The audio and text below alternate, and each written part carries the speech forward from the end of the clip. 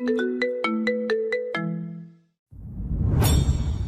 থাপ্পড় মেরে চাপা ভেঙে ফেলবো বেয়াদব মেয়ে।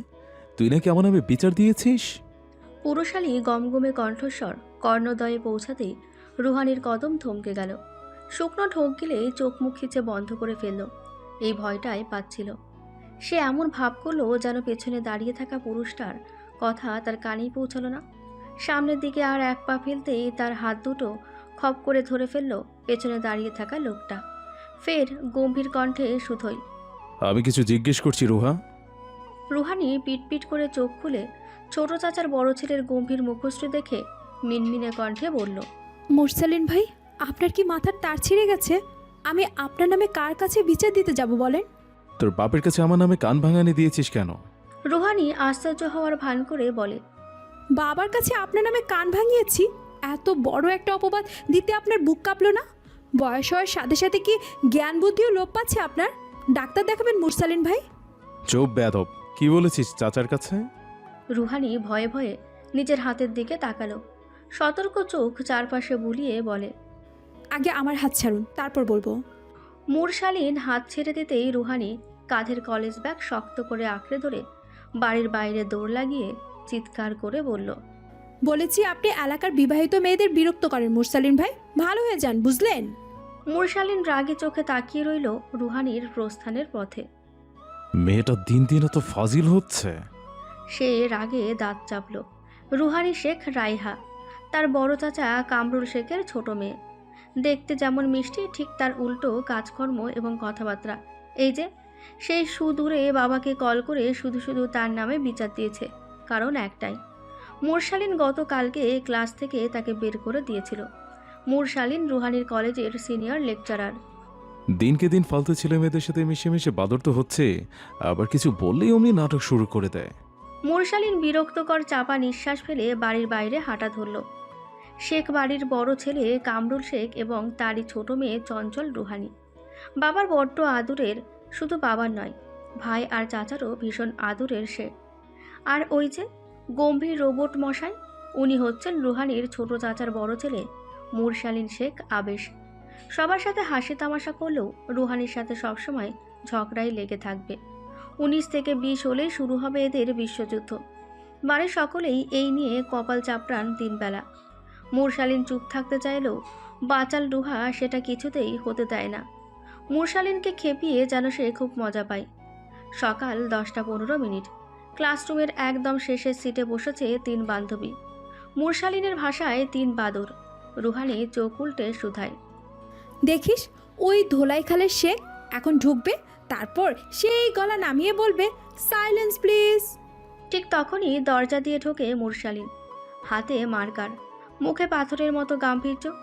সে ক্লাসরুমে প্রবেশ করেই ঠান্ডা কণ্ঠে বলে, ক্লাস স্টার্ট হয়ে গেছে। Letty commerce will write an extra page. সবাই চুপ করে যায়, কিন্তু রুহানি ও তার 2 বান্ধবী মুখ চেপে হাসি আটকে রাখার চেষ্টা করে। জান্নাত ফিসফিস করে বলে, এই লোকের সাথে এক বাড়িতে থাকিস কি করে? শালা গম্ভীর হলেও হ্যান্ডসাম, সাবধানে কথা বল। রুহা মুখ বাঁকায়, দাঁত বের করে মুরশালিনের দিকে তাকিয়ে ভেঙিয়ে বলে, ফালতু লোক একটা, সব সময় ঘেউ ঘেউ করে মাথার ঘিলু ঘেটে দেয়। মুরশালিন আচমকা রুহানির দিকে তাকিয়ে শুধোই। মিস রুহানি, সামনে আসুন। রুহানি আতকে ওঠে, শুকনো ঢোক গেলে বলে, আমি স্যার, মানে আমি তো ঠিকঠাকই বলেছি। তুই ঠিকঠাক কবে ছিলি তা তোর বাপ মাও জানে না রুহা। পুরো ক্লাস হাসিতে ফেটে পড়ে। সকলের জানা মুরশালিন আর রুহানি কাজিন। রুহানি বলল, স্যার, আমি তো আপনারই ছোট, মানে আপনি তো আমার। মুরশালিন ভ্রুকুচকে বলে, কি বল, তুই কি বলতে চাস? আমি তোর কাজিন তো। এটা ক্লাস, তোর বাড়ি নয় যে বেয়াদবি করবি। রুহানি মাথা নিচু করে ফিসফিস করে বলে, বাড়ি গেল যন্ত্রণা তুই, আর কলেজে এলো মীর জাফর তুই। মুরশালিন গম্ভীর হলো, সিরিয়াস মুখভঙ্গি করে বলল, আপনি যদি ক্লাসের একটা কথা বলেন তো পরের বার আপনাকে বোর্ডের সামনে এসে দাঁড়িয়ে পড়াতে বলবো। Let's show them how funny you are. রুহানির লজ্জায় মুখ লাল হয়ে আসে। অপমান আর অপমান, এই বজ্জাত আজীবন শুধু অপমানই করে গেল। মুরশালিন সবার দিকে তাকিয়ে বলে, now silence students, or should I call your cousin to discipline you all? সবাই চুপ করে গেল। মোরশালিন আর চোখে রুহানির দিকে তাকিয়ে আবার ক্লাসে মন দিল। তার এই মেয়ের সাথে কথা বললেই মাথা গরম হয়। ক্লাস চলছে। মোরশালিন স্যার ক্লাস নিতে ব্যস্ত, লেকচার দিচ্ছে সে। রুহানি পেছনের বেঞ্চে চোখের পাতা এক করে ঘুমের রাজ্যে পা রাখতেই হঠাৎ মোরশালিন বলে ওঠে, মিস রুহানি শেখ রায়হা, টেবিল কি আপনার বিছানা? রুহানি হুড়মুড়িয়ে উঠে বসে, ঘুম জড়ানো মাতাল কণ্ঠে বলে, জি স্যার, মানে স্যার, মানে হ্যাঁ, কিন্তু না। Shut up! আপনি আজ হোমওয়ার্কের বদলে সবাইকে বোর্ডে দাঁড়িয়ে লেকচার দিবেন। রুহানি চোখ বড় বড় করে বলে, স্যার, আমি তো শিফট নাইট গার্ড না যে সবাইকে জাগিয়ে রাখবো। মোরশালিন ঠোঁটের কোণায় হালকা হাসি টানে। আপনি জেগে গেলেই তো বেঁচে যায় মিস রুহানি। আপনার নাক ডাকায় পুরো ক্লাস ঝিমায়। পুরো ক্লাস শব্দ করে হেসে ওঠে। মিথিলা ফিসফিস করে বলে, স্যার বোধহয় আজকে ভীষণ রেগে আছে। রুহা, বেশি কথা বলিস না। রুহানি হেঁটে বোর্ডের সামনে এলো, ঘাড় বাঁকা করে উঁচিয়ে তাকালো গম্ভীর মোরশালিনের দিকে। তারপর পিছু ঘুরে সবাইকে উদ্দেশ্য করে বলল, স্টুডেন্টস, আজ আমরা শেখাবো কিভাবে একজন গম্ভীর স্যারের মতো মানুষকে 5 মিনিটে পাগল বানানো যায়। মোরশালিন ধমকে ওঠে। অ্যানাফ রুহানি, ফাজলাম হচ্ছে ক্লাসে। এখনই বের হয়ে যান আমার ক্লাস থেকে। রুহা যেন মনে মনেই খুশি হলো, অন্তত এই বজ্জাতে ক্লাস তো করতে হবে না। সে মনে মনে মুখ ভেঙিয়ে ক্লাস থেকে বেরিয়ে গেল। মোরশালিন বিরক্তিকর নিঃশ্বাস ফেলে নিজেকে শান্ত করলো। সময় প্রায় শেষ, ক্লাস শেষ হয়ে যাবে একটু পরে। একদম কোচিং শেষ করে বিকেলে বাড়ি ফিরল রুহানি। ড্রয়িং রুমে নাসরিন বেগম শাশুড়ির মাথায় তেল দিয়ে দিচ্ছেন। আফনান ফ্লোরে বসে বসে টিভিতে কার্টুন দেখছে, আর ইলমা বেগম ফোনে কার সাথে যেন কথা বলছেন, হয়তো কামরুল শেখের সাথে। রুহানি ভেতরে প্রবেশ করে কাঁধের ব্যাগ সোফার এক কোণায় রেখে ঠাস করে বসে পড়ল। ইলমা বেগম কানে ফোন রেখেই 2 গ্লাস পানি নিয়ে এলেন। 1 গ্লাস মেয়েকে দিয়ে আরেক গ্লাস টি টেবিলের ওপর রাখলেন। খানিকক্ষণ পর মোরশালিন এলো বাইরে থেকে, পানির গ্লাস নিয়ে সোজা ওপরে উঠে গেল। রুহানি নিজেও ভাবলো এখন গোসল না দিলে শরীর দিয়ে পচা ঘামের গন্ধ বের হবে। সন্ধ্যা নামছে ধীরে ধীরে, যেন আকাশ আপন হাতে আঁকছে গোধূলির এক অপূর্ব ছবি। পশ্চিম দিগন্তে সূর্যটা একটু একটু করে মিলিয়ে যাচ্ছে, তার শেষ কিরণগুলো ঝিলমিল করে ছড়িয়ে পড়ছে চারপাশে। হালকা বাতাসে গাছের পাতাগুলো মৃদু কাঁপছে, যেন প্রকৃতি নিঃশব্দে বিদায় জানাচ্ছে দিনের ব্যস্ততাকে।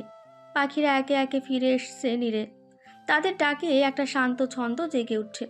দূরের মসজিদ থেকে ভেসে আসছে আজানের সুরেলা ধ্বনি। মনটা হঠাৎ করেই নরম হয়ে আসে।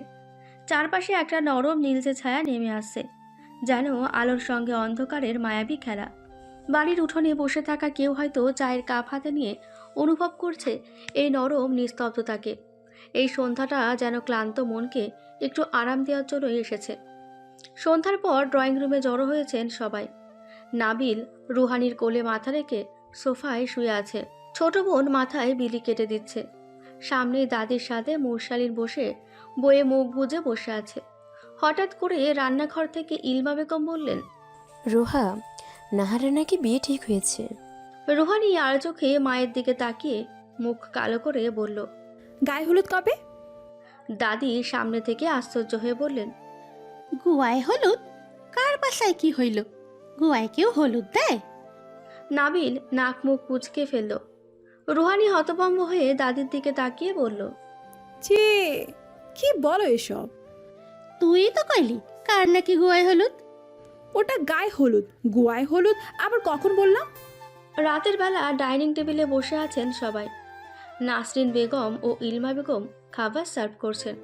নুরুল শেখ খাওয়া শুরু করার আগেই ইলমা বেগমকে উদ্দেশ্য করে বললেন, ভাবি ভাই তো পরশুদিনই বাংলাদেশে ফিরে আসছেন। আপনারা কি এই সপ্তাহে গ্রামে যাচ্ছেন? ইলমা বেগম মাথা নাড়িয়ে বলেন, না ভাই, এ সপ্তাহে গিয়ে কী করব বলো? ভেবেছি একেবারে সামনের মাসেই যাব নাহারের বিয়েতে। তাহলে তো ভালোই। মোরশালিন নিজের মতো করে খাবার খাচ্ছে, আর ঠিক তার সামনে রুহা ইলিশ মাছ ভাতের প্লেটে নিয়ে নাক কুচকে কাঁটা বাছতে ব্যস্ত। নুরুল শেখের 12 বছরের ছোট ছেলে আফনান, সে আর চোখে রুহার মাছ বাছার স্টাইল দেখে শোধায়, মাছ যখন খাও না তাহলে নিয়েছো কেন? একটু পরেই তো ঘরে গিয়ে বমি করে সব বের করে দিবে। বলতে বলতেই রুহা মুখ চেপে ধরে দৌড় লাগালো নিচতলায় কমন ওয়াশরুমে। নুরুল শেখ চোখ পাকিয়ে ছোট ছেলের দিকে তাকিয়ে ধমকে উঠলেন। বলেছি না খাওয়ার সময় এসব নিয়ে কথা বলবি না। আফনান ভয়ে সিটিয়ে গেল। মুরসালিন খাওয়া রেখে ঘাড় ঘুরিয়ে ওয়াশরুমের দিকে তাকিয়ে রইল। ইলমা বেগম সব রেখে ছুটলেন মেয়ের পেছনে। মেয়েটা চিংড়ি মাছ ছাড়া কোনো মাছই খায় না। মাছ খেলে নাকি তার বমি বমি লাগে। নাবিল খাওয়া রেখে মায়ের পিছু গেল। নুরুল শেখ উঠতে গেলেই নাসরিন বেগম চোখ রাঙিয়ে বলেন, সবাইকে নাটক শুরু করেছ? ওরা দুজন গেছে তো নাকি? নুরুল শেখ আর উঠলেন না। মুরসালিন শুকনো চোখে তাকিয়ে রইল সেদিকে।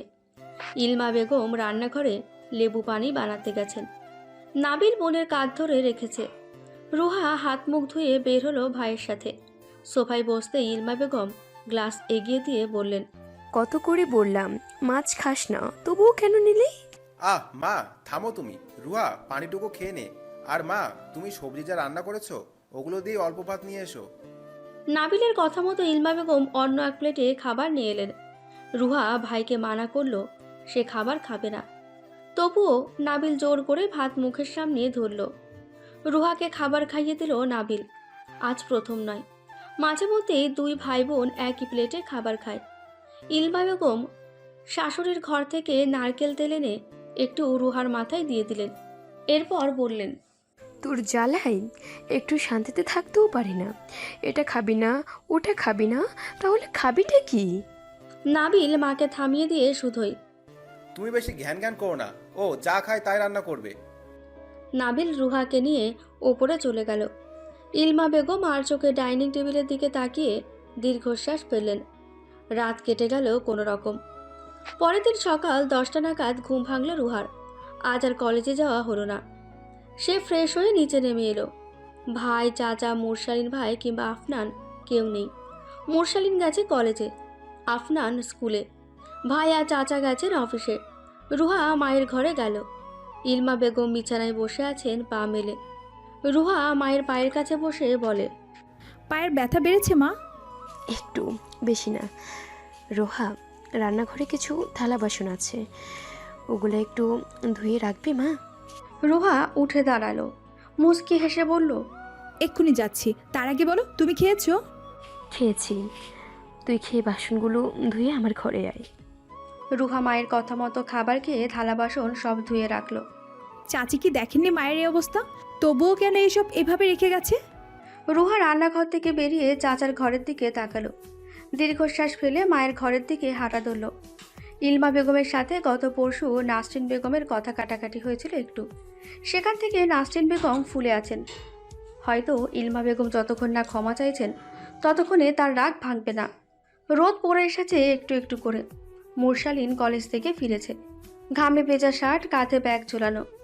গোসল সেরে সোজা বারান্দায় এসে দাঁড়ালো। আর ওখানে কানে হেডফোন গুঁজে বইয়ের ওপর চায়ের কাপ রেখে চেয়ারে পা তুলে বসে রুহা আইসক্রিম খাচ্ছে আর হালকা গুনগুন করছে। হঠাৎ মুরসালিন থেমে গেল। মুরসালিন গম্ভীর স্বরে বলে, এই তো আমার চেয়ারে বসে আমার রোদ খাওয়া বারান্দায় আইসক্রিম খাওয়া হচ্ছে। তুই কি মনে করিস এটা তোর বাপের বাড়ি? রুহা হেডফোন খুলে ঠোঁটে দুষ্টু হাসি টেনে বলে, জানো, তুই তো জানিসই আমি দুই বাড়ির মালিক। মায়ের দিকে এই বাড়ি, বাবার দিকে ওই বাড়ি। তুই বরং আগে ফ্রেশ হয়ে নে, গন্ধে তো দাঁড়ানো যাচ্ছে না। মুরসালিন চোখ ছোট করে ঠান্ডা গলায় বলে, তুই আমার সাথে তুই তুই করছিস কেন? আর জানো কাকে বলছিস? আদব কই তোর? রুহা ভুরু তুলে অবাক মুখে বলে, আপনি তো তুই তুই করেন। আমি তো ভাবলাম প্রেম সমান প্রেম, তুই সমান তুই। আর রইল জানো, সে তো আজীবন জানো বলেই ডাকতে হবে। একটা বড় চামচ আইসক্রিম মুখে তুলে বলল সে। মুরসালিন দাঁত চেপে বলল, তুই কি সারাদিন পড়াশোনা না করে এসব নাটক করিস? কলেজে কি তোকে এসব শেখানো হয়? রুহা নাক চেপে বিরক্ত হয়ে বলল, আপনার মুখ দেখে মনে হচ্ছে কলেজে আপনি শুধু শাসন পড়ান। একটু হাসতে শিখেন। আপনি তো গাছের মতো কঠোর। মুরসালিন ঠান্ডা গলায় চোখ সরিয়ে বলে, আমি যদি কাঠ হই তুই বিশুদ্ধ পোকা, সবসময় খুঁটিয়ে খুঁটিয়ে কেটে কুটে খাস। রুহা ঠোঁট ফুলায়। আপনি আমাকে পোকা বললেন? আমি আম্মুকে বলে দিব। মুরসালিন মুচকি হাসে, পেছন ফিরে হাঁটে, তারপর বলে, বল আমুকে, আর বলিস তুই একদিন আমার মাথা খেয়ে ফেলবি।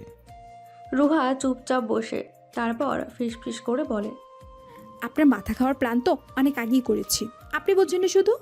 দেলোয়ার শেখের ছোট একটা পরিবার, 2 ছেলের ছোট ছোট সংসার নিয়েই জোড়া লাগিয়েছিলেন এই শেখ বাড়ি। কামরুল শেখ হচ্ছেন তার বড় ছেলে এবং ছোট ছেলে নুরুল শেখ। কিন্তু 2 ছেলের আগেও তার একজন মেয়ে আছেন, যার নাম দোয়েল। আগের ঘরের সন্তান সে, তবুও 2 ভাইকে ভীষণ ভালোবাসেন। কামরুল শেখের 2 মেয়ে আর একটা ছেলে নিয়ে ছোট্ট সংসার।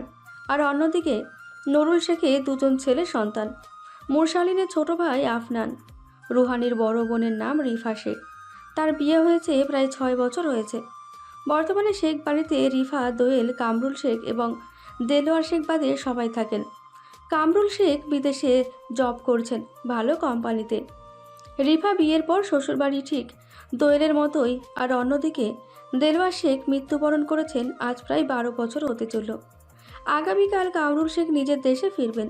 5 বছর পর নিজের পরিবারের কাছে ফিরে আসছেন। আর কতই বা বিদেশ কাটাবেন। কষ্টের টাকা দিয়ে ছোট ভাইয়ের সাথে দেশেই একটা ব্যবসা দিয়েছিলেন, যেটা নাবিল হ্যান্ডেল করে। বাবার আদেশ সে ব্যবসায় হাত লাগাবে। নাবিলও আর মানা করতে পারেনি বাবার মুখের ওপর। কিন্তু মুরসালিন বাবার গড়া ব্যবসায় কিছুতেই ঢুকতে চায় না। তার যোগ্যতা যতটুকু ততটুকু দিয়েই জীবনে কিছু করবে। এই যে একটা বেসরকারি কলেজের সিনিয়র লেকচারার হয়েছে, এটা কি কম? তবুও এই পেশা কামরুল শেখের কাছে তুচ্ছ। একমাত্র চাচার জন্যই জেদ ধরে সে এখনও এই চাকরি করে যাচ্ছে। সন্ধ্যার একটু আগ দিয়ে রুহা বাড়ি থেকে বের হলো। বাড়ির পাশের বাড়ি দোয়েলের শ্বশুরবাড়ি, অর্থাৎ রুহার ফুপির শ্বশুরবাড়ি। রুহা বাড়ি থেকে বের হয়ে হেলে দুলে ফুপির বাড়িতে ঢুকলো। ফুপির 2টা ছেলে আছেন আর একটা মেয়ে। 2 ছেলে পিঠাপিঠি, একজন প্রীতম আরেকজন প্রিয়াস। আর একমাত্র মেয়ে দোলা। দোলা বয়সে রুহার থেকে 2 বছরের বড়, তবে বন্ধুর মতোই। আজ প্রীতম বাইরে না গিয়ে বাড়িতেই বসে আছে সকাল থেকে। তার শরীর ভালো নয়। ভাইয়ের বিছানায় গুটি মেরে বসে আছে দোলা। পা টান টান করে মেলে দিয়ে ভাইয়ের দিকে সরু চোখে তাকিয়ে আছে। তৎক্ষণাৎ ঘরে প্রবেশ করলো রুহা। ভ্রু কুচকে প্রীতমের দিকে তাকিয়ে এগিয়ে এলো। ভাইয়া, তোমার প্রাণের বউ আমাকে মেসেজ করেছিল। প্রীতম হুড়মুড়িয়ে উঠে বসলো। কখন? কি বলেছে তোকে? তুমি নাকি বিষ খেয়ে হসপিটালে ভর্তি হয়েছো, এটা বলেছে ওকে। দোলা হতভম্ব হয়ে ভাইয়ের দিকে তাকিয়ে বলে, বিষ? তুই বিষ কবে গিললি ভাই? প্রীতম নাক টানলো, হাই হুতাশ করে বলল, এমনি বলেছিলাম। দেখলেও আমাকে ভালোই বাসে না, একবারও কল করে বললো না জান তুমি কি ঠিক আছো। তুই ছেলে না হয়ে মেয়ে হইলে পারতি। এসব মেয়েদের নাটক করতে তোর শরম করে না? প্রেম করে দেখ একটা কেমন লাগে, পরে বুঝবি নাটক কাকে বলে। দোলা মুখ বাঁকালো। রুহা হাতের বক্স খাটের উপর রেখে বলল, মা পাঠিয়েছে, খেয়ে নিও। দোলা নাড়ুর বক্স হাতে নিয়ে বলল, চলে যাবি এখনই? হ্যাঁ, সন্ধ্যার আজান দিয়ে দিবে এখন। যা তাহলে। রুহা বাড়ি ফিরে এসে দেখলো ড্রয়িং রুমে দাদি আর আফনান বসে আছে। আফনান টিভি দেখছে তো অন্যদিকে দাদি একা একা বকবক করছে। রুহা সিঁড়ির দিকে এগিয়ে গেলেই দাদি বলেন, কই গেছিলি রুহা? ফুপির বাসায়। কার বাসায়? রুহানি চিৎকার করে বলল। ফুপির বাসায় গিয়েছিলাম। দাদি মাথা তুলিয়ে বললেন, আস্তে কথা বলতে পারিস না, চিল্লাস কেন? রুহা বিরক্ত হয়ে উপরে উঠে এলো। দাদি কানে শোনেন না, একটা কথা বললে বোঝেন আরেকটা। রুহা মুরসালিনের ঘরের দিকে তাকিয়ে দেখে নিল সে বাড়িতে আছে নাকি। ঘরে গিয়ে একটা বই হাতে বের হলো সে। মুরসালিনের ঘরের সামনে এসে উকি মেরে দেখে নিল মুরসালিন কি করছে। মুরসালিন তার রুমে বই খুলে বসেছে। হঠাৎ দরজা ঠেলে রুহা ঢুকে পড়ে, হাতে চকলেট, মুখে দুষ্টু হাসি। রুহা একগাল হেসে বলে, মুরসালিন ভাই, একটু পড়াবেন? কালকের টপিকটা কিচ্ছুই বুঝিনি। মুরসালিন কপালে ভাঁজ ফেলে রুহার দিকে তাকায়, ফের দরজার দিকে তাকিয়ে বলে, ঘরে নক করে ঢুকতে হয় জানিস না? বেয়াদব হচ্ছিস দিন দিন। তুই কি সিরিয়াসলি পড়তে এসেছিস না আবার নাটক শুরু করবি? রুহা চকলেট মুখে পুরে নাক ডলে বলে, আহা, নাটক তো আপনি নিজেই। আপনার মুখটা পুরা মেগা সিরিয়াল। এই যে মেয়ে, আমার ধৈর্যের পরীক্ষা নিস না। এই যে বই খুলে বসেছি, এই মুহূর্তে কেউ বিরক্ত করলে আমি কি করবেন? আবার কান ধরে দাঁড় করিয়ে রাখবেন? এই কাজটা এখন আর চলবে না ভাই সাহেব, এখনকার ছাত্রীরা খুব চালাক। মুরশালিন দাঁত চাপে। রোহা, তুই একদম মাথা খাচ্ছিস আজকে। একবার বলছি পড়তে হলে পড়, না হলে না হলে আপনি কি আমাকে বাড়ি থেকে বের করে দেবেন? বের করবো না। যখন তখন আমার রুমে আসবি না রোহা। রুহা মাথা নিচু করে কৃত্রিম কান্নার ভান করে বলে, আপনি বদলে গেছেন মুরসালিন ভাই, আগে এমন ছিলেন না। আপনি তো আমাকে ছোট্ট রুহা বলে মাথায় তুলে রাখতেন। মুরশালিন একটু থেমে বিরক্ত গলায় বলে, ছোট্ট রুহা এখন পুরো একটা উল্টো রাহু হয়েছে। বই পড়বি তো পড়, না হলে বের হ ঘর থেকে। রুহানি চোখ টিপ মেরে বলে, আপনি আরেকটু রাগেন তো, আমি একটা রিল বানিয়ে ফেলি যখন পড়াতে গিয়ে শিক্ষক নিজের হুঁশ হারায়। মুরশালিন চেয়ার ফাঁকা করে রুহাকে বসতে দিল, আর চোখে মেয়েটার বদন দেখে বলল, সবসময় নিজের আবেগ প্রকাশ করতে হয় না মেয়ে, একদিন বুঝবি আমি কেন দূরত্ব রাখতে বলি। রুহা বই টেবিলের উপর রেখে মুরশালিনের দিকে তাকায়, গলায় কি যেন বিঁধে আছে শক্ত হয়ে। মুরসালিন ভাই, ভালোবাসতে বুঝি সম্পর্ক দেখতে হয়? হয় কিছু ক্ষেত্রে দেখতে হয়। তুই জানিস তোর এই চাও কোনোদিন পূরণ হবে না, তবুও কেন মরিচিকের পেছনে ছুটছিস? রুহা হঠাৎ মুরশালিনের হাত আঁকড়ে ধরল, চোখে পানি চিকচিক করছে মেয়েটার। সে শুকনো কণ্ঠে বলল, আপনি একবার আমার হাত ধরে দেখুন, আমি কোনোদিন আপনার হাত ছাড়বো না, শুধু একবার। চুপ, বের হ ঘর থেকে। বলেছি না এসব আমার সামনে বলবি না। তোর বয়স কত? ভালোবাসা আদৌ কি জিনিস বুঝিস তুই? জানিস তোর থেকে বয়সে কত বড় আমি? ভালোবাসলে বুঝি বয়স দেখতে হয়? মুরশালিন উঠে দাঁড়ালো, দরজার দিকে এগিয়ে গিয়ে পিছু করে বলল, বয়স দেখে কখনো ভালোবাসা হয় না। তবে আমার জীবনের সাথে জড়ালে মৃত্যুর আগ অব্দি শুধু যন্ত্রণা পাবি তুই। যেখানে হৃদয়ে জখম হয় সেখানে নজর না দেয় ভালো রোহা। আজ জানুয়ারি মাসের 17 তারিখ রবিবার। আজ কামরুল শেখ আসছেন বিলেত থেকে। বাড়ি জুড়ে হই হুল্লোড় লেগে আছে। নাবিল সকাল সকাল চাচার সাথে বাজারে গেছেন বাজার করতে। সকালে নাস্তায় আজ ডিম ভুনা আর খিচুড়ি রান্না করা হয়েছে। এখন সকাল প্রায় 8টা ছাড়িয়েছে। আফরান বাড়ি জুড়ে দাপাদাপি করছে চাচ্চু আসার খুশিতে। চাচ্চুর কাছে কত কিছু আবদার করেছে তার হিসেব নেই। সে রুহার ঘরের সামনে এসে দেখল রুহার ঘরের দরজা চাপানো। নখ না করেই ঘরে ঢুকে দেখল পুরো ঘর অন্ধকারে তলিয়ে আছে। বিছানায় উপর হয়ে কম্বল মুড়ি দিয়ে ঘুমোচ্ছে। আফরান নাক মুখ কুঁচকে বারান্দার দরজা খুলে দিল। জানালার পর্দা সরিয়ে বিছানার নিকট এগিয়ে গিয়ে বলল, ডার্লিং, ওঠো। এখনো ঘুমাচ্ছ কেন?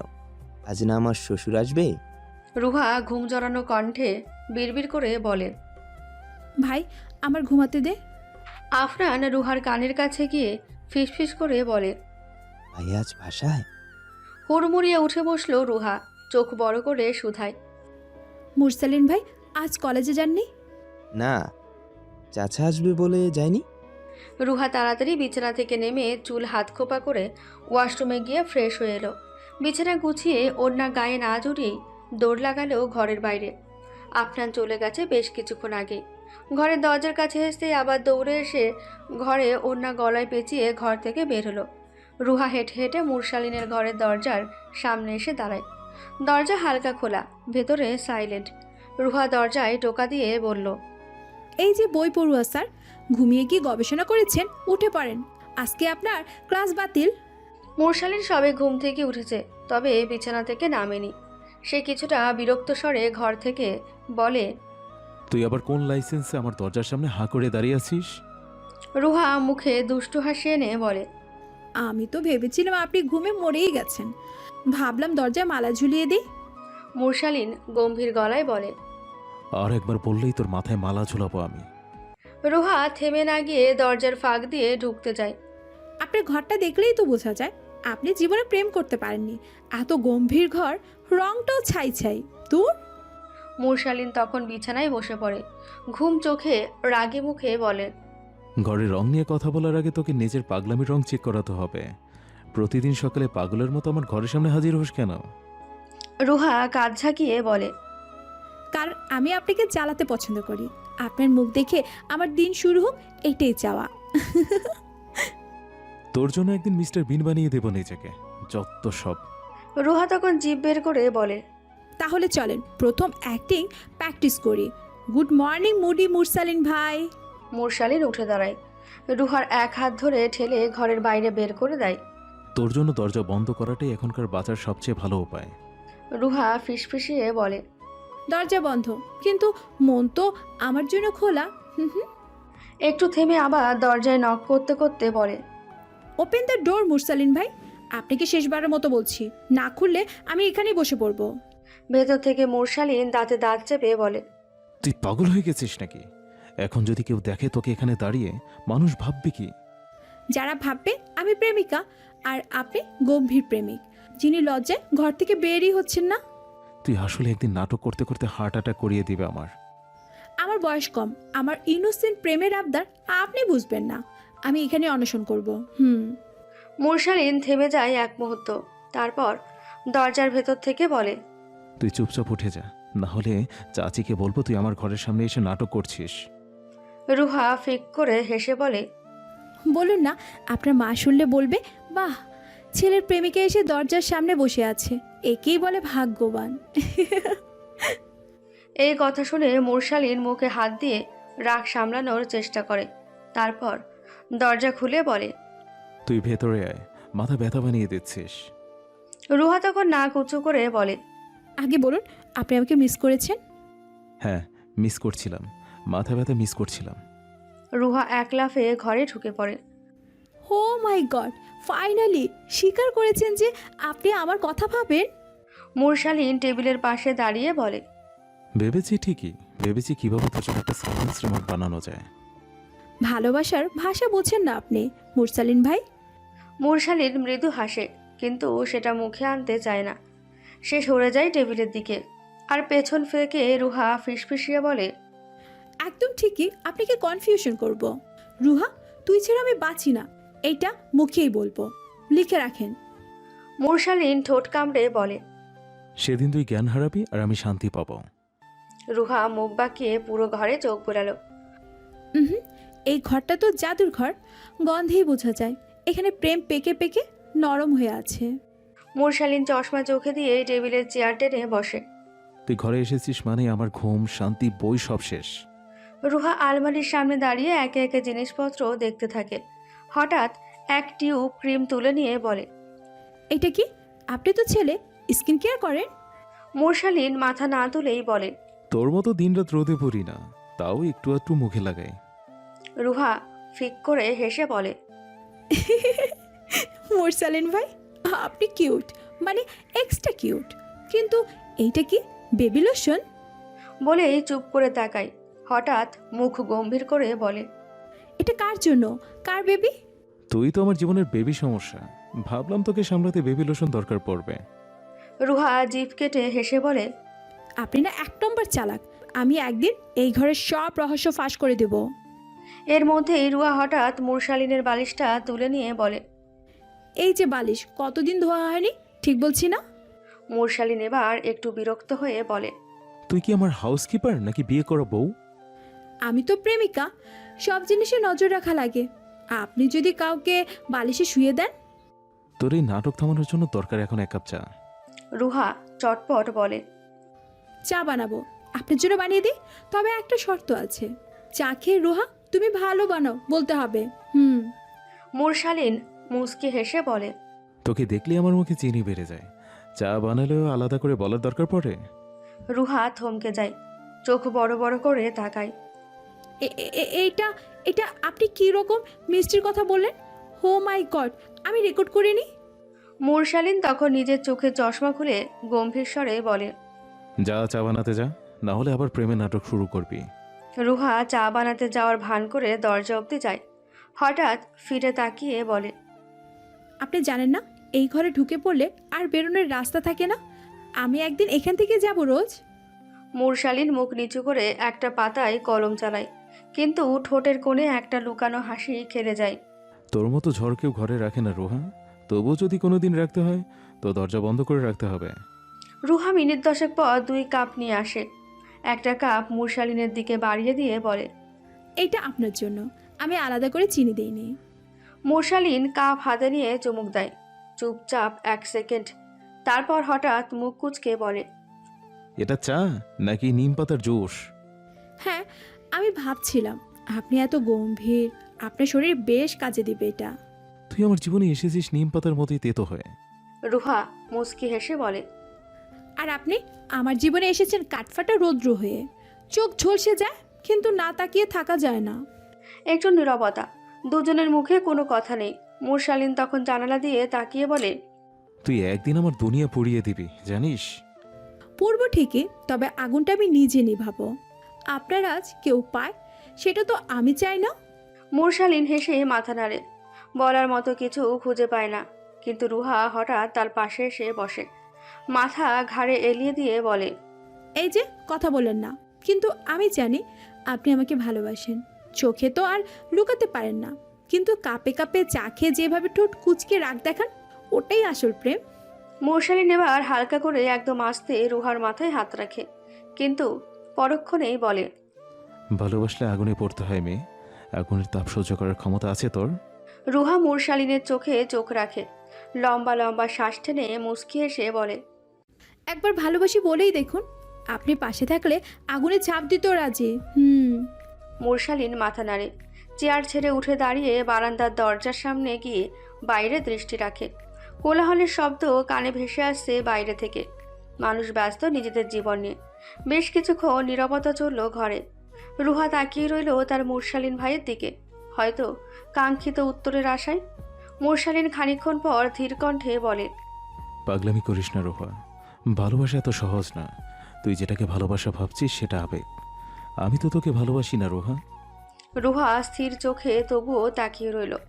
মুরশালিন ঘাড় ঘুরিয়ে রুহার দিকে তাকাতেই রুহা খিলখিল করে হেসে উঠে বলল,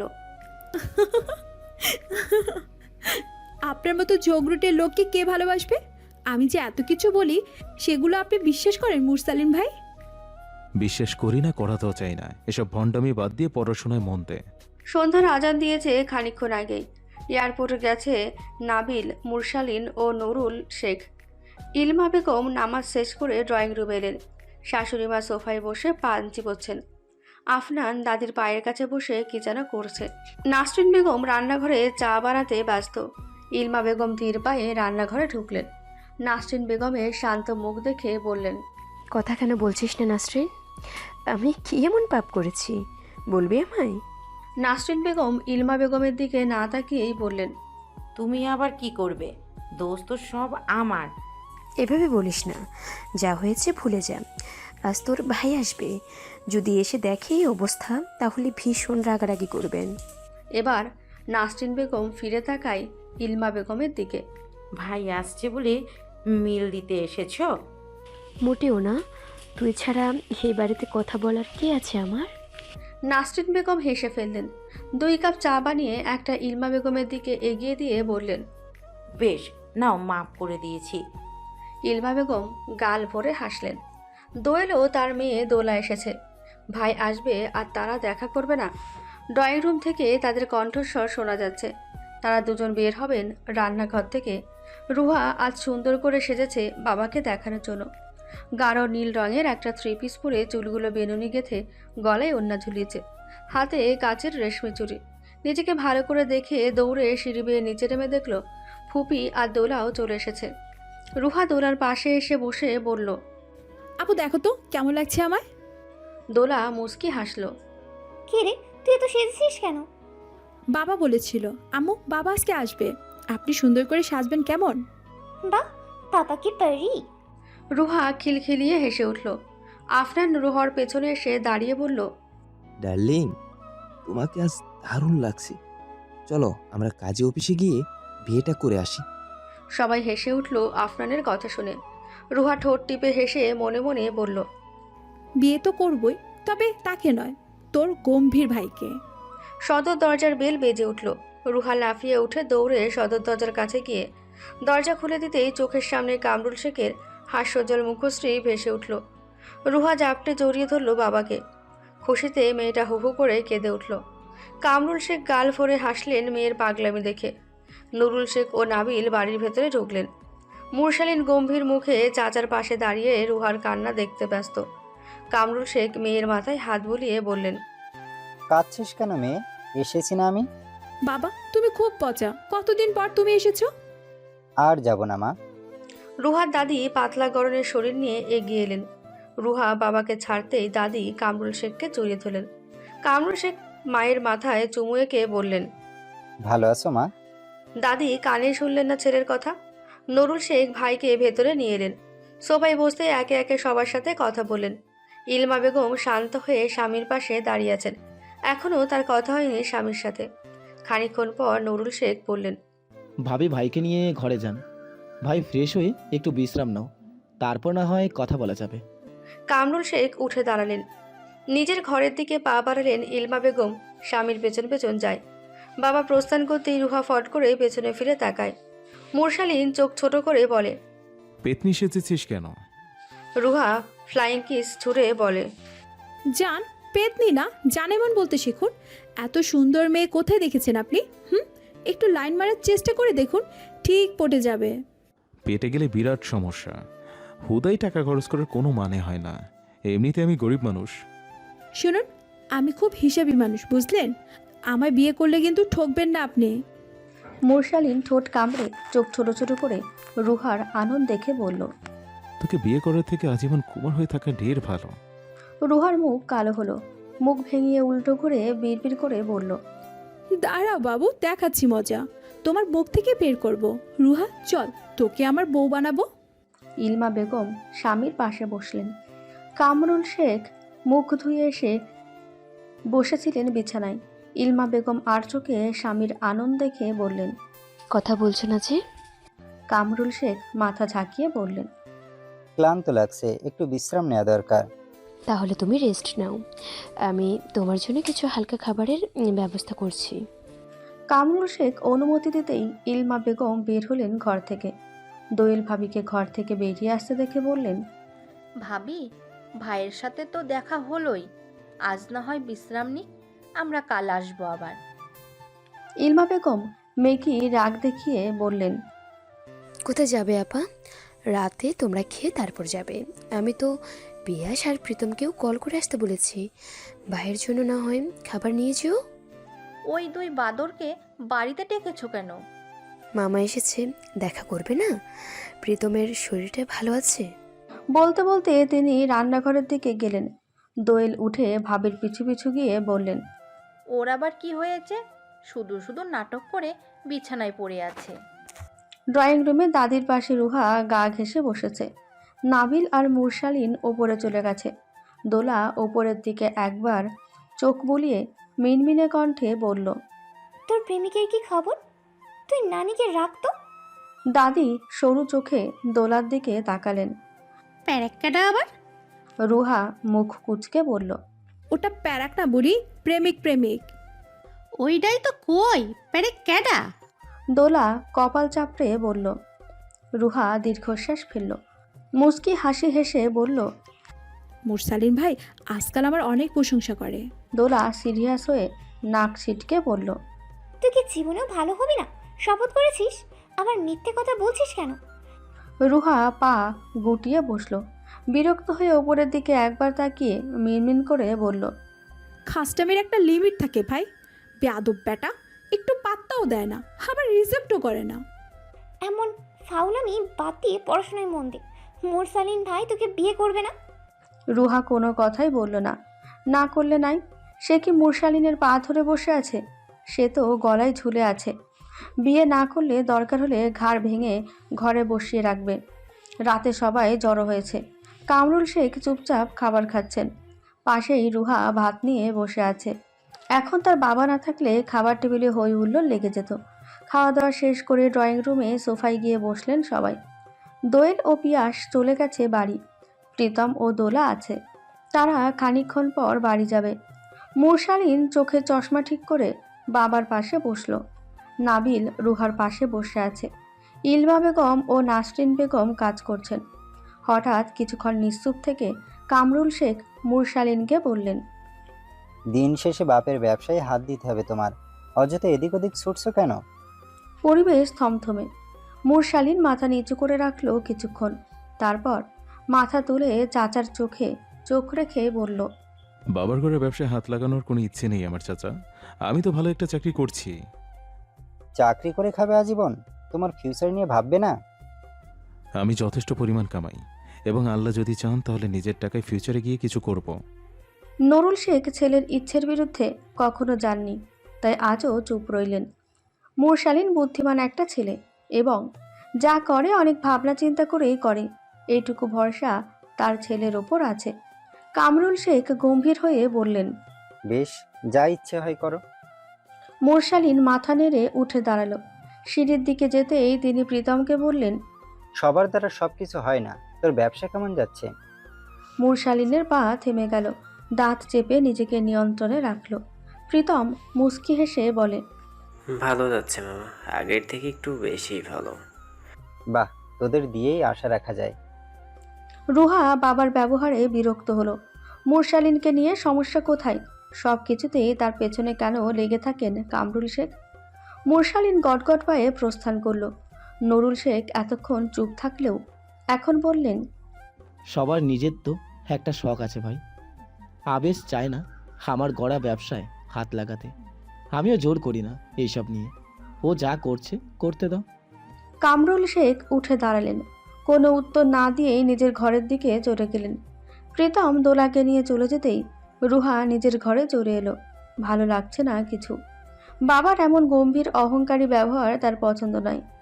সে রাত কাটলো কোনো রকম। মুরসালিন কলেজে চলে গেছে কিছুক্ষণ আগেই। রুহা নাস্তা করে বাড়ি থেকে বের হয়েছে। সামনের গলি থেকে জান্নাতের সাথে রিকশায় যাবে। ঢরিপাড়া পার হয়ে জান্নাতদের বাসার সামনে আসতেই হঠাৎ অনাকাঙ্ক্ষিত মানুষের সাথে দেখা হওয়ায় চমকে উঠল সে। রিফা রুহাকে চমকে যেতে দেখে মুচকি হেসে বলল, ভয় পেলি রুহা? রুহা রিফার ভেঙে যাওয়া গাল দেখে থমকে গেল। চোখের নিচে কালো দাগ, চাপা ভেঙে যাতা অবস্থা। এই মেয়েটা একসময় গোলুমলু একটা পুতুল ছিল। রুহা আশেপাশে একবার চোখ ঘুরিয়ে বলল, তোমার এই অবস্থা কি করে হলো আপু? আমার আবার কি হলো? মুখের এই হাল কেন? চাপা ভেঙে গেছে, চোখের নিচে কালো দাগ পড়েছে, এলোমেলো লাগছে ভীষণ। রিফা ব্যথাতুর হাসল। রুহার মাথায় হাত বুলিয়ে বলল, আমি প্রথম থেকেই এলোমেলো ছিলাম। তোর ভাই কেমন আছে? বলতে বলতে কণ্ঠ জড়িয়ে এলো। রুহা রিফার হাত মুঠোয় নিয়ে বলল, আপু তুমি কাঁদছো? কাঁদছি না, বল তোর ভাই কি খবর? আমি ঠিক ভাইয়াকে বুঝতে পারি না আপু। ওর মনে কি চলে বোঝা মুশকিল। রিফা দীর্ঘশ্বাস ফেলল। কাঁধের অফিস ব্যাগ শক্ত করে আঁকড়ে ধরে রুহার গালে হাত বুলিয়ে বলল, তোর ভাইকে বলিস সামনে আমার বিয়ে। রুহা অবাক কণ্ঠে বলে, বিয়ে? বিয়ে করেছো তুমি? আর কতদিন অপেক্ষা করব? অপেক্ষার পাতা এবার ছাড়তে হবে। রিফা চলে গেল অফিসের রোডে। রুহা ওখানে দাঁড়িয়ে রইল নিশ্চুপ হয়ে। রিফার সাথে নাবিলের 4 বছরের সম্পর্ক ছিল। কয়েক মাস আগে দুজনের সম্পর্কের বিচ্ছেদ হয়েছে। কেন হয়েছে, কি হয়েছে কিছুই রুহা জানে না। শুধু জানে তার ভাইও রিফাকে ছাড়া ভালো নেই। যে মেয়ের জন্য পাগল ছিল একটা সময়, আজ সেই মেয়ের নাম শুনলেই রেগে যায়। সুখ যেন কারোর কপালেই নেই। সিলেটের বাতাসে এখনো হালকা কুয়াশার রেশ। রাস্তাগুলো ধীরে ধীরে জমে উঠছে কাজের ব্যস্ততায়। ঝিরঝিরে ঠান্ডা বাতাসে রুহার গোলাপি শালটা বারবার উড়ে চোখে মুখে লাগছে। সে বিরক্ত হয়ে আবার কাঁধে গুজে নিল। পাশে জান্নাত চুপি চুপি কিছু একটা বলছে, আর রুহা হেসেই চলেছে। তুই বলছিস নতুন স্যার নাকি একদম সিরিয়াস না? রুহা ভ্রুকুচকে বলল। জান্নাত হালকা চিৎকার দিয়ে উঠল, আরে না রে, উনি একদম কিউট। কালকে আমাদের সিনিয়রদের বলছিলাম স্যার বুঝি সিনেমা থেকে নামছে। রুহা গম্ভীর গলায় বলল, আমার তো মুরসালিন ভাই ছাড়া আর কোনো স্যারের উপর বিশ্বাস নেই। তারপরেই কল্পনায় ভেসে উঠল সেই পরিচিত গলা। তোর তো বিশ্বাস বলতে কিছু নেই, আছে শুধু ঝগড়া, কথা শোনার, গাল ফুলিয়ে ঘুরিয়ে বেড়ানো। মনে মনে একটা কাঁটা বিঁধে গেল রুহার। কি এমন করি আমি? সব কিছুতে জলে কেন উনি? কলেজ গেটের দারোয়ান হেসে বলল, রুহা আপা, আজকে তো একটু লেট। রুহা একটু ভ্যাবাচাকা খেয়ে হেসে ফেলল। ভাই জান্নাতের কারণে আমি ঠিক সময় রেডি ছিলাম। জান্নাত ফোঁস করে বলল, মিথ্যুক কোথাকার। ভবনের মেন করিডোরটা পেরিয়ে যখন ওরা দ্বিতীয় তলায় উঠছিল, তখনই হঠাৎ কারোর সঙ্গে ধাক্কা খেয়ে প্রায় পড়েই যাচ্ছিল রুহা। সেই মুহূর্তে একজন হাত বাড়িয়ে ধরে বলল, সরি, ভালো আছেন তো? রুহা তাকিয়ে দেখে একজন নতুন মুখ। ছিমছাম শার্ট প্যান্ট, চোখে হালকা চশমা, মুখে বিনীত হাসি। আপনি? রুহা একটু চমকে গিয়ে দাঁড়ালো। আমি আদিপ আহমেদ, স্যার হেসে হাত বাড়িয়ে দিলেন। নতুন লেকচারার ইংরেজি বিভাগে, আজই প্রথম ক্লাস। রুহা একটু দ্বিধা নিয়ে হাত মেলালো। ও, আমি রুহানি শেখ রাহা। আর ও জান্নাত। আমাদের সেকেন্ড ইয়ারের ইংলিশ ক্লাস থাকে ওই বিল্ডিংয়েই। আদিপ স্যার হালকা হেসে বললেন, তোমাদের নাম আগেই শুনেছি। তুমি রুহানা? ওই একটু বেশি কথা বলো যাকে বলে। জান্নাত হেসে উঠল। স্যার, আপনি তো সব আগেই জেনে গেছেন। টিচারদের অনেক গোপন সোর্স থাকে। স্যার মুস্কি হাসলেন। রুহা একটা চোখ রাঙিয়ে বলল, আমাকে নিয়ে গুজব রটানোর আগে ক্লাসে দেখা হবে স্যার। আদিপ স্যার হেসে বললেন। অপেক্ষা থাকলাম। এই দৃশ্যটা দেখে পাশের করিডোরের এক কোণে দাঁড়িয়ে থাকা মুরসালিন চুপচাপ দাঁড়িয়ে রইল। মুখে একটুও ভাঁজ নেই, চোখে সেই চিরাচরিত কাঠিন্য। দূর থেকে সবকিছুই সে শুনতে পাচ্ছে না, কিন্তু দেখছে খুব স্পষ্ট। রুহা যার সামনে সাধারণত মুখ খোলায় চোখ রাঙায়, সেই তো এখানে নতুন স্যারের সঙ্গে দাঁড়িয়ে হাসছে। মাথা নিচু করে সেখান থেকে চলে গেল মুরসালিন, কিন্তু যাওয়ার আগে জান্নাতের ফিসফাস কানে এসে গিয়েছিল। তোর মুরসালিন ভাই যদি দেখেই সিন, তাহলে তো ভর্তির খাতা থেকে তোর নাম কেটে দিবি রে। প্রথম ক্লাস শুরু হতেই মুরসালিন ক্লাসরুমে ঢুকলো। গলা খ্যাঁকারি দিয়ে বলল, আপনাদের মধ্যে কেউ কেউ কলেজকে নাটকের মঞ্চ বানিয়ে ফেলছে দেখছি। সবাই চুপ। রুহা মুখ নামিয়ে বসে আছে। জান্নাত পাশে কনুই দিয়ে খোঁচা দিয়ে বলল, স্যারের আবার কি হলো রে? রোল কল নেবার আগে বলে রাখি, মুরসালিন গলা আরো নিচু করলো। কলেজে কারোর সঙ্গে বাড়তি হাসাহাসি করা লাগবে না, এটা বাসায় রাখাই ভালো। এইবার সোজা রুহার দিকে তাকালো। দৃশ্যটা যেন পুরো ক্লাসের ওপর একটা পাতলা ঠান্ডা চাপ ফেলে দিল। রুহা কিছু বলল না, চোখ নামিয়ে একদম চুপচাপ। জান্নাত মুস্কি হেসে লিখে দিল ওর খাতায়, ভাইয়া চলে পুরে খাক হয়ে যাচ্ছে। ক্লাস শেষে রুহা একা একা করিডোরে হাঁটছে। হঠাৎ মুরসালিন পেছন থেকে ডেকে বলল, মিস রুহানি। রুহা থামলো, ঘুরে তাকালো। জি স্যার। এই তো, এখন থেকে আমাকে স্যার বলবি? মুরসালিন ঠান্ডা গলায় বলল। রুহা মুখ শক্ত করে বলল, আপনি ক্লাসে আমাকে তুমি বললেন কেন? আমিও তো ছাত্রী। মুরসালিন হেঁটে সামনে এসে দাঁড়ালো, চোখের দিকে তাকিয়ে বলল, কার সঙ্গে দাঁড়িয়ে কি বলিস সেটা তুই জানিস, আমি না বলেও সব দেখি। আপনার দেখার দরকার নেই। রুহা গলা কাঁপিয়ে বলল, আছে, কারণ তুই তুই কি আমি? মুরসালিন এক মুহূর্ত চুপ, তারপর কড়া গলায় বলল, তোর প্রেম টেমের নাটক আমাকে বলিস না, তোকে চোখে চোখে রাখাই যথেষ্ট শাস্তি, বাসায় যা। রুহা দাঁড়িয়ে রইল কিছুক্ষণ, তারপর হালকা হেসে বলল, আপনি কিছুই বলেন না, তবুও আমার হৃদয় জানে আপনি কেন চলে যান। সে ফিরে হাঁটতে শুরু করলো। মুরসালিন দাঁড়িয়ে রইল। হাওয়ার তার শার্টের হাতা উড়ে যাচ্ছে, আর চোখের কোণে জমে থাকা অভিমান লুকিয়ে যাচ্ছে সকালবেলার কুয়াশার মতো। বারান্দার পাশে বসে আছে রুহা, লম্বা চুল ছড়িয়ে দিয়ে বসে আছে মেঝেতে। ইলমা বেগম কোলের কাছে একটা নারকেল তেলের শিশি রেখে আদর করে চুলে তেল দিয়ে দিচ্ছেন। বাতাসে মিশে আছে কাঁচা নারকেল তেলের ঘ্রাণ আর মায়ের স্নেহ। হঠাৎ রুহা মুখে হাত দিয়ে বলে ওঠে, মা, একটা কথা জিজ্ঞাসা করি? ইলমা বেগম চুলে আলতা করে তেল দিতে দিতে বললেন, বলো মা। সংসার জীবনের টাকাটা কি সব মা? মানে মানুষজন বলে না টাকা ছাড়া সংসার চলে না, তবে সুখ আসে। এক মুহূর্ত চুপ করে থাকেন ইলমা বেগম। হাতের তালুতে আরেকটু তেল নিয়ে মাথার মাঝে লাগাতে লাগাতে ধীরে ধীরে বলেন, সংসার টাকায় চলে ঠিকই, কিন্তু টাকায় সংসার টিকে না মা। জীবন সঙ্গী যদি ভালো না হয়, যদি সম্মান না করে, ভালোবাসা না থাকে, তাহলে কোটি টাকার সংসারও একদিন ভেঙে পড়ে। একটা নারী যখন রাতের খাবার শেষে শান্তিতে ঘুমাতে পারে, তখন বুঝতে হবে তার স্বামী তার সবচেয়ে বড় নিরাপত্তা। তাহলে আমি যদি কাউকে বিয়ে করি, টাকা দেখে করব? টাকা দরকার মা, কিন্তু সেটা মুখ্য না। যার চোখে তোর সম্মান আছে, যে তোর হাত শক্ত করে ধরবে ঝড়ের মধ্যেও, তাকেই জীবনের পাশে রাখবে। রুহা আলতো হেসে বলে, বুঝেছি মা। তাহলে যার চেহারা সুন্দর, গাড়ি আছে, ব্যাংকে টাকা আছে, কোকা কোলা খাওয়ায়, তাকেই না করব? ইলমা বেগম হেসে কপালে টোকা দিয়ে বললেন, এজন্যই বলি তোর মাথায় শুধু দুষ্টুমি, তেল দিচ্ছি আর ভিতরে ঢুকছি কেবল ঠাট্টা। দুজনেই হেসে ফেলল। রুহা হালকা হেসে মায়ের কোলে মাথা রেখে চোখ বন্ধ করে। বাতাসে ভেসে আসে মায়ের মমতা আর জীবনের গভীরতা।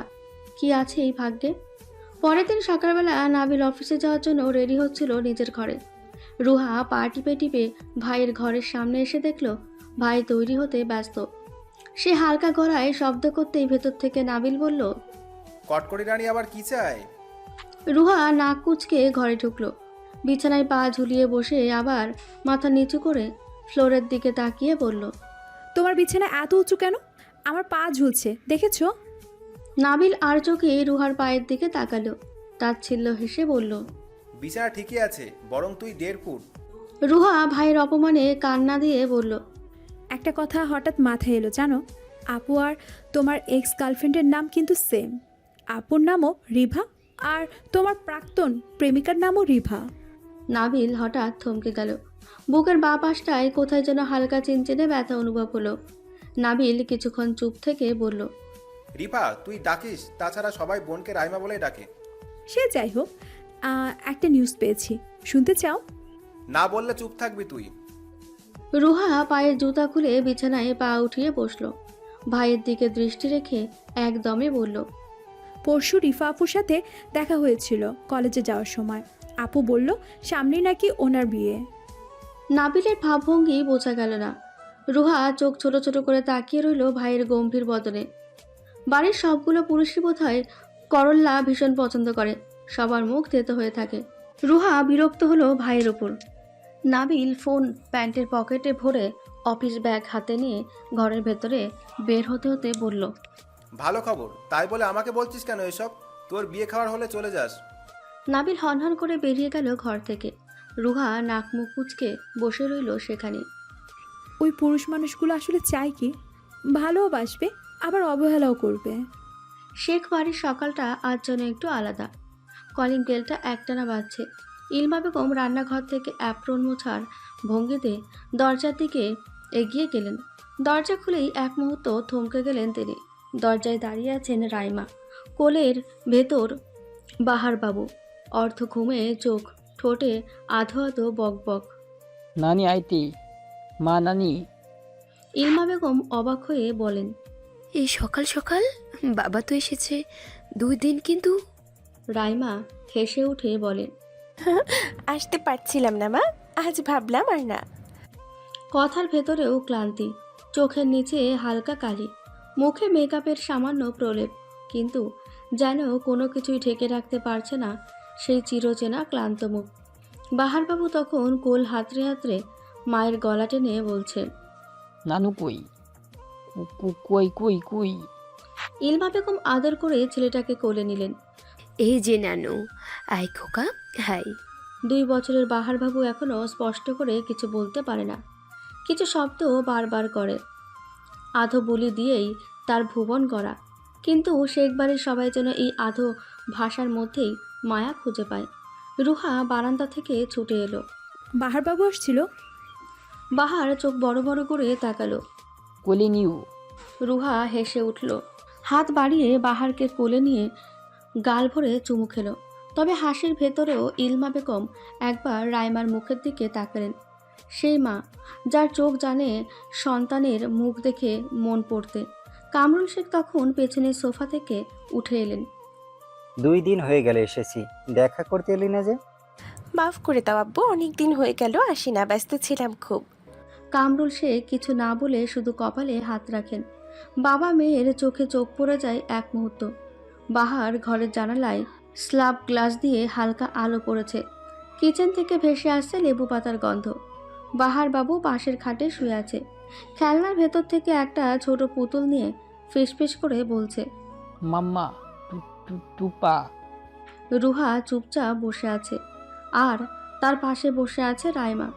আজকে যেন কোনো মুখোশ নেই, চোখে জল, কাপা গলায় সে বলছে, রুহা আমি আর পারছি না। 6টা বছর ধরে আমি শুধু চুপ করে সংসার করে যাচ্ছি। রুহা চমকে তাকায়। কি বলছিস? সে আমাকে মানুষ বলে মানে না। ছোট ছোট বিষয় মারধর, গালি, এমনকি বাহারকেও ঠিকমতো ভালোবাসে না। ছেলের জন্মদিনে বাসায় থাকিনি, আর কিছুদিন আগে একটা গরম প্লেট ছুঁয়ে দিয়েছে আমার হাতে, শুধু চা ঠান্ডা কেন হয়েছে এই জন্যে। রুহা কিছুক্ষণ থম মেরে বসে থাকে, যেন কানে আসছে না এই কথাগুলো। তুই কখনো কিচ্ছু বলিস নে, আমাদের কিছু বুঝতেই দিস নে। রাইমা মাথা নিচু করে। জানিস, আমি ভয় পাইনি, লজ্জা পেয়েছি, যেন আমি ব্যর্থ, আমি পারিনি ঘর সামলাতে। এখন বাহারকে নিয়েও ভাবি, ও যেন ওর বাবার মতো না হয়। কিন্তু কোথায় পালিয়ে যাব বলতো? রুহা ধীরে ধীরে বোনের হাত ধরে। কিছু বলার মতো শব্দ তার কাছে নেই, শুধু চোখে চোখ রেখে বলে, দুলাভাই তোর গায়ে হাত তুলে। রাইমা কেঁপে ওঠা নিঃশ্বাস ফেলল। রুহা, আমি কাউকে বলি না, কারণ আমি জানি কেউ আমাকে বাঁচাতে পারবে না। কেবল শুনি কষ্ট পাবে, মা বাবা হয়তো ভেতরে ভেতরেই শেষ হয়ে যাবে। কণ্ঠ ভারী হয়ে আসে তার। ওর রাগের কোনো সীমা নেই। অনেক সময় মাঝরাতে ধাক্কাতে ধাক্কাতে ঘুম থেকে উঠিয়ে চিৎকার ঝগড়া করে। একদিন বাহার অসুস্থ ছিল, আমি হাসপাতালে ছিলাম, ফোন ধরতে পারিনি। বাড়ি ফিরে দেখি সব বাসন মেঝেতে ভাঙা। বলছে, তুই যদি আমার কথা না শুনিস তোরও দরকার নাই, তোর এই বাচ্চাকেও না। রুহা শ্বাস আটকে শুনছে। বাহার তখন এত ছোট ছিল, কেঁদে কেঁদে ঘুমিয়ে পড়েছিল তোমার বুকের উপর। আমি শুধু চুপ করে ওকে আঁকড়েছিলাম। রাইমা আবার বলে, সবচেয়ে কষ্ট হয় যখন দেখি ও বাহারের দিকে তাকিয়েও কখনো মমতা দেখায় না। আমার বাচ্চাটা বাবার ভালোবাসা কি জিনিস তা জানিই না। একবার বাইরেই সবাই ছিল, তখন বাহার বাবা বলে ডাকলো, ও শুধু তাকিয়েছিল, কোনো সাড়া দিল না। রুহার চোখ ভিজে উঠল। আপু, তুই এগুলো এতদিন একা সহ্য করেছিস? রাইমা মাথা নেড়ে বলে, সহ্য করা ছাড়া আমার হাতে কিছুই নেই। আমি ভেবেছিলাম হয়তো সময় গেলে বদলাবে, কিন্তু এখন জানি কিছু মানুষ কখনো বদলায় না। আমি শুধু চেষ্টা করি বাহারের জন্য হাসি ধরে রাখতে, যাতে ও বুঝতে না পারে। রুহা আস্তে করে বোনের কাঁধে হাত রাখলো। তুই যতদিন চাইবি আমি কাউকে কিছু বলবো না, কিন্তু তুই আর চুপ থাকবি না। এভাবে একজন পুরুষের সংসার করা সম্ভব? বাহার বাবু তখন আধো ঘুমে হাত বাড়িয়ে মায়ের গলা জড়িয়ে বলল, মাম্মা। বাহার বাবু বলো। রাইমা বুকের ভেতর বাচ্চাটাকে চেপে ধরল, যেন ওর সব নিরাপত্তা আর ভালোবাসা এক জায়গায় দিতে চাইছে। রুহা চুপচাপ তাকিয়ে রইল, জানল এই আলিঙ্গনের ভেতরে রাইমা বেঁচে আছে। কামরুল শেখ নিজে ছেলে দেখে বিয়ে দিয়েছিলেন রাইমার। বাবার পছন্দ মতোই হাজার স্বপ্ন নিয়ে বিয়ে বসেছিল ওই কাপুরুষের সাথে। টাকা পয়সা দেখে মেয়ের বিয়ে দিয়ে নিজের কাঁধ হালকা করেই যেন কামরুল শেখ মেয়ের খোঁজ খবর নেওয়ার প্রয়োজন বোধ করেননি। আজ বিয়ে 6টা বছর কেটে গেছে, অথচ তার বাবা একবারও জিজ্ঞেস করেননি স্বামী কেমন, শ্বশুরবাড়ির মানুষজন কেমন। বাহার বাবু মায়ের বুকে চোখ বুজেছে। রুহা বোনের ব্যথাতুর চোখের দিকে তাকিয়ে বলল, কিছুই কি ঠিক হবে না? রাইমা নিঃশব্দে হেসে মাথা নাড়ল, সেই হাসি কেমন জানি ভাঙা। তুই তো জানিস বাবা সব সময় বলে বিয়ের পর মেয়ের আসল ঘর স্বামীর ঘর। আমি যদি কিছু বলি উনি হয়তো বলবেন আমি সংসার সামলাতে পারিনি। রুহা গলা শক্ত করে বলল, তাহলে বাবা ভুল। মেয়ের ঘর হলো সেই জায়গা যেখানে সে নিরাপদ, সেটা স্বামীর ঘর হোক বা বাবার। যেখানে তোকে সম্মান দেওয়া হবে সেখানেই তোর ঘর। রাইমার চোখ ভিজে ওঠে। সে বাহারকে বুকের কাছে আরও জোরে টেনে নেয়, যেন এই ছোট্ট শরীরটায় তার শেষ আশ্রয়। আমি শুধু চাই বাহার যেন এইসব সহিংসতা দেখে বড় না হয়। আমি চাই না ওর ভিতরে রাগ জমে থাকুক, চাই না ও ভাবুক মায়ের উপর হাত তোলা স্বাভাবিক। রুহা গভীর নিঃশ্বাস ফেলল, তার ভেতর রাগ আর অসহায়তা মিশে গেছে। আপু, তুই চাইলে আমি এক্ষুনি গিয়ে মায়ের সাথে কথা বলতে পারি। রাইমা তাড়াতাড়ি মাথা নাড়ল। না মা, মা জানলে কষ্টে মরেই যাবে। উনি ভেতরে ভেতরে গলতে শুরু করবেন, আমি তা দেখতে চাই না। আমি চাই মা যেন ভাবে আমি সুখে আছি, অন্তত ওনার বয়সের এই সময়ে শান্তি পাক। এক মুহূর্ত চুপচাপ থাকে দুজনে। ঘরের বাইরে বারান্দায় পাখির ডাক শোনা যায়, আর দূরে রান্নাঘরে ইলমা বেগম থালা বাসন ধোয়ার শব্দ। বাইরের দুনিয়ায় সব স্বাভাবিক, কিন্তু এই ঘরে যেন এক টুকরো ভাঙা পৃথিবী বসে আছে। রাইমা আস্তে করে বলেন, রুহা, আমি জানি না আমার ভবিষ্যতে কি হবে। আমি শুধু চাই যদি কোনোদিন আমি ভেঙে পড়ি তুই যেন আমার হাত ধরে রাখিস। আমি চাই না বাহার বাবু একদিন আমার মতো একা হয়ে যাক। রুহা বোনের হাত নিজের হাতে শক্ত করে চেপে ধরল। আপু, আমি তোর হাত কখনো ছাড়বো না। রাইমা চোখ মুছল। বাহার তখন আধো ঘুমে হালকা গলায় বলল, মা নানি কই কই? দুজনে তাকিয়ে রইল ছেলের দিকে। রাইমা গালে চুমু দিয়ে ফিসফিস করে বলল, নানি আছেন আর মাও আছে।